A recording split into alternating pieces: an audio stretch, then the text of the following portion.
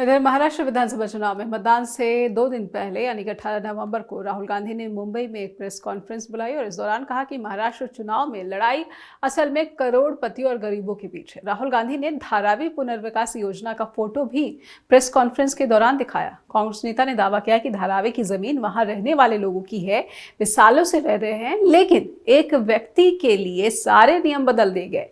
उनका इशारा गौतम अडानी की तरफ था। उन्होंने कहा कि धारावी उस एक व्यक्ति को सौंपा जा रहा है जिसका प्रधानमंत्री से पुराना संबंध है। धारावी के लोगों के हित को नकारा जा रहा है और अडानी के हित को पूरा समर्थन मिल रहा है। बीजेपी ने राहुल के बयान पर पलटवार किया है। बीजेपी के महासचिव विनोद तावड़े ने धारावी के मुद्दे पर ये कहते हुए पलटवार किया है कि ये टेंडर महाविकास आघाड़ी के कार्यकाल के समय ही ये दिया गया था और बीजेपी नेता ने यह भी कहा कि इस टेंडर में एक टेंडर अबू धाबी की कंपनी का भी था, उसके शेख शायद उसमें पार्टनर है। तो क्या आपको यानी कि राहुल जी को ये जमीन शेख को देनी थी? एक है तो सेफ है और राहुल गांधी के मन में शेख है, ये कहते हुए विनोद तावड़े ने राहुल गांधी पर पलटवार किया। हकीकत यह है कि जो भी धारावी में रहता है उसको वहां पर घर मिलेगा। धारावी में जो इंडस्ट्रियल यूनिट 250 स्क्वायर फुट का है उसको भी घर मिलेगा। झुग्गी झोपड़ी में रहने वाले हमारे मुंबई वासी को अपना पक्का घर मिल रहा है, तो राहुल गांधी अबू धाबी के शेख को यह सब नहीं मिल रहा है, इसी वजह से आप चिंतित है, ये कहकर बीजेपी ने राहुल गांधी पर पलटवार किया। एक है तो सेफ है, ये नरेंद्र मोदी जी की महाराष्ट्र सरकार की स्ट्रेटेजी है, हम आपको ये दिखाना चाह रहे हैं। मुश्किल खुलता है ये पकड़िए,